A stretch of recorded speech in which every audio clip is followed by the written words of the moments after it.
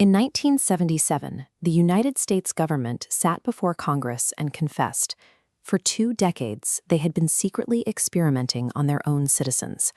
The record detailed the covert drugging of soldiers and the psychological torture of prisoners. There was no consent and there was no warning. When the investigations began, the architects of these programs scrambled to bury the evidence. Thousands of records were shredded and burned to ensure the details would never see the light of day. But they made an administrative error. A single box of documents survived the purge. The files inside proved that the deepest, most paranoid fears about government overreach were entirely accurate. The state had actively turned against the people it was built to protect. The origin of these programs dates back to 1953. Inside the CIA, intelligence reports suggested Soviet and Chinese forces were successfully brainwashing American prisoners of war.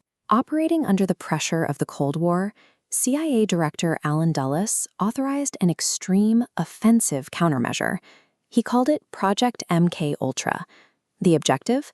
Find a mechanism to control the human mind completely. It operated with an unlimited black budget, zero oversight, and no moral limits. This operation fractured into over 150 subprograms across 80 facilities, universities, hospitals, prisons, and asylums. The intelligence apparatus co-opted the institutions designed for public health and education. Places meant for healing were repurposed as laboratories, with the patients acting as unwitting subjects. The psychological toll was devastating. A Canadian doctor named Ewan Cameron developed a method called psychic driving, actively erasing his patients' memories completely in an attempt to reprogram their minds from scratch. The casualties included their own. Frank Olson, a U.S. Army scientist, was secretly dosed with LSD by his colleagues. 9 days later, he fell to his death from a 13th-floor window in New York. The government told his family it was a suicide, maintaining that lie for 22 years. The man orchestrating these operations was Sidney Gottlieb.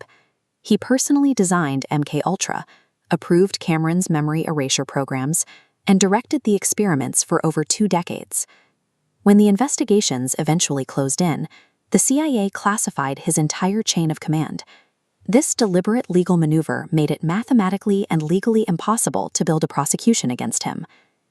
MKUltra was built to fulfill 2 specific functions: to break human consciousness and to ensure absolute legal immunity for the men doing the breaking. In 1973, facing external pressures, CIA Director Richard Helms ordered the complete destruction of all MKUltra files.